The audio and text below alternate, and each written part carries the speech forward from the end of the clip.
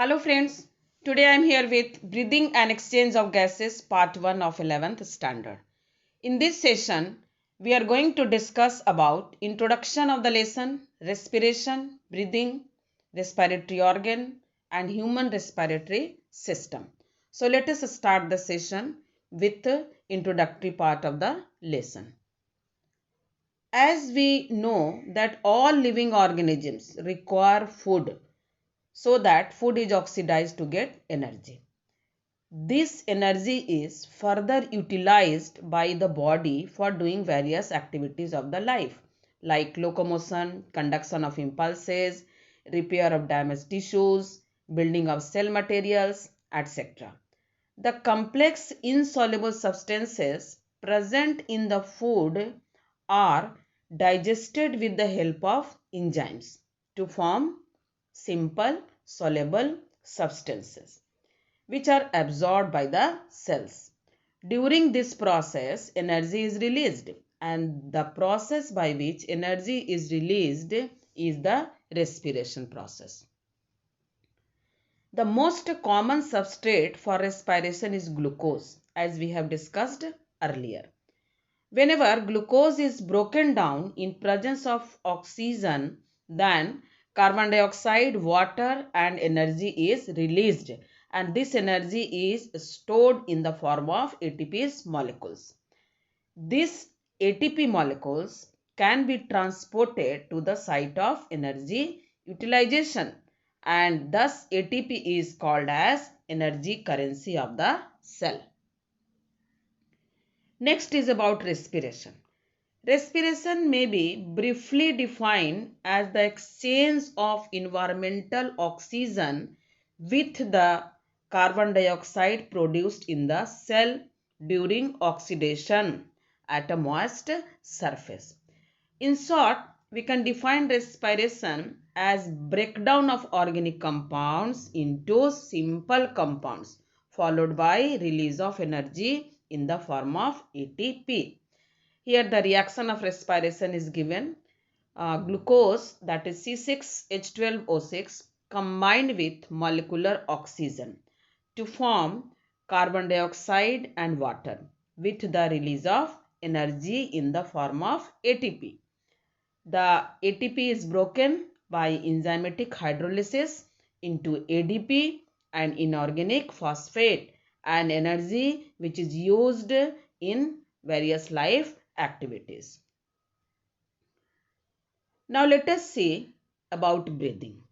The term breathing and respiration are not synonymous. Breathing in fact is the first step of respiration. In this process, there is exchange of oxygen from atmosphere with carbon dioxide produced by the cell. Here, no energy is released and it is extracellular process. It do not require any enzyme also. A normal healthy person breathe about 12 to 16 times in 1 minute. Let us discuss about respiratory organs. It has been seen that there are different structures for the exchange of gases in different groups of animals. It also differs in different groups of animals and it depends upon the types of habitat as well as level of organization. In lower invertebrates like sponges, coelentrates, flatworms, there are not special organs for respiration. But here the exchange of gases takes place. How? The question arises. So here the exchange of gases takes place by simple diffusion over their entire body surface. In earthworm means in any annelids, moist cuticles perform the task of exchange of gases. This is called cutaneous respiration. In case of insects, there is a network of tube that helps in transport of atmospheric air within the body. The aquatic animals do the task of exchange of gases with the help of gills. They have mechanism to extract the dissolved oxygen in water. Terrestrial animals, including human beings, perform the ability of exchange of gases through lungs. This is the figure of earthworm, where exchange of gases takes place through moist cuticle. This figure indicates about the tracheal system of insects. Here the air enters into the body of insects through spiracles. This figure shows about the exchange of gases through gills in fishes. It is about the diagrammatic view of human respiratory system, showing all the parts of human respiratory system. Now let us discuss about human respiratory system. Human respiratory system consists of nostril, nasopharynx, larynx, trachea, bronchi and bronchioles, lung, alveoli and diaphragm. Here we are going to discuss each and every organ separately.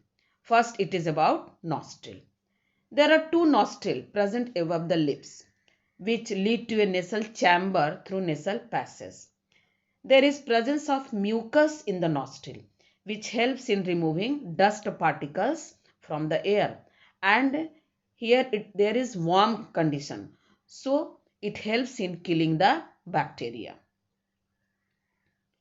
Here in the given figure, you can observe the nostrils. Next organ of respiratory system is nasopharynx, which is the junction between the oral and nasal cavity. Nasopharynx is guarded by epiglottis, which helps in closing the passage of air when we are swallowing food. You may here locate the position of nasopharynx in the given figure. Another organ of respiratory system is larynx, which is also called as sound box or voice box. Larynx is a cartilaginous box that helps in sound production. During swallowing, glottis can be covered by a thin elastic cartilaginous flap called epiglottis to prevent the entry of food into the larynx. In male, Adam's apple is present, which is the protruding cartilage of voice box or sound box. In the given figure, you may observe the location of larynx. Next is about trachea. Trachea is also called as windpipe. Trachea is about 4 inch long and extend from the larynx to the level of 5th thoracic cavity.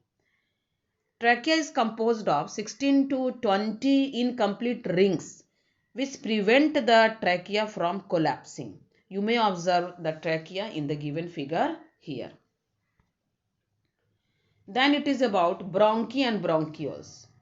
Bronchi are formed by the bilateral furcation of trachea into left and right bronchi. Bronchi on the both sides further divided into bronchioles that ends into alveoli or air sac. In the given figure, you may observe the position of bronchi and bronchioles. Here in the given figure, you may observe the primary, secondary and tertiary bronchi as well as bronchioles.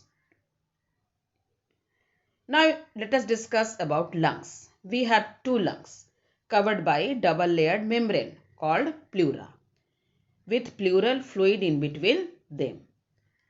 Pleural fluid reduces friction on the lung surface, means they helps in protection of the lung. The outer pleural membrane is in close contact with the thoracic lining, whereas inner pleural membrane is in contact with the lung surface. The lungs are a spongy elastic organ formed of alveoli, bronchi, bronchioles, blood vessels, etc. There is very interesting feature about the left and right lung. Left lung has 2 lobes, whereas right lung has 3 lobes. Here you can observe the 2 lungs. Right lung is divided into superior, middle and inferior lobe, whereas left lung is divided into superior and inferior lobe only. Now we will discuss about alveoli. Alveoli are tiny thin wall air sacs present in the lungs. Alveoli take up the oxygen which we breathe in. They are microscopic but are workhorses of our respiratory system. Means they play a very important role. Around 480 million alveoli located at the end of bronchial tubes. Here you may observe the alveoli in the given figure. Now it is about diaphragm. Diaphragm is the large dome-shaped sheath of muscles which separates the thoracic cavity from the abdominal cavity. You may locate the position of diaphragm here. Next is about intercostal muscles.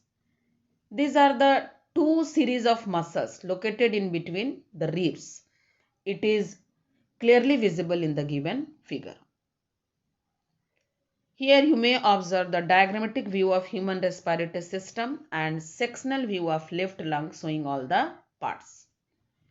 Now at the end of the session, I want to make you clear about the 2 parts of respiratory system. The 2 parts of respiratory systems are conducting part and exchange part.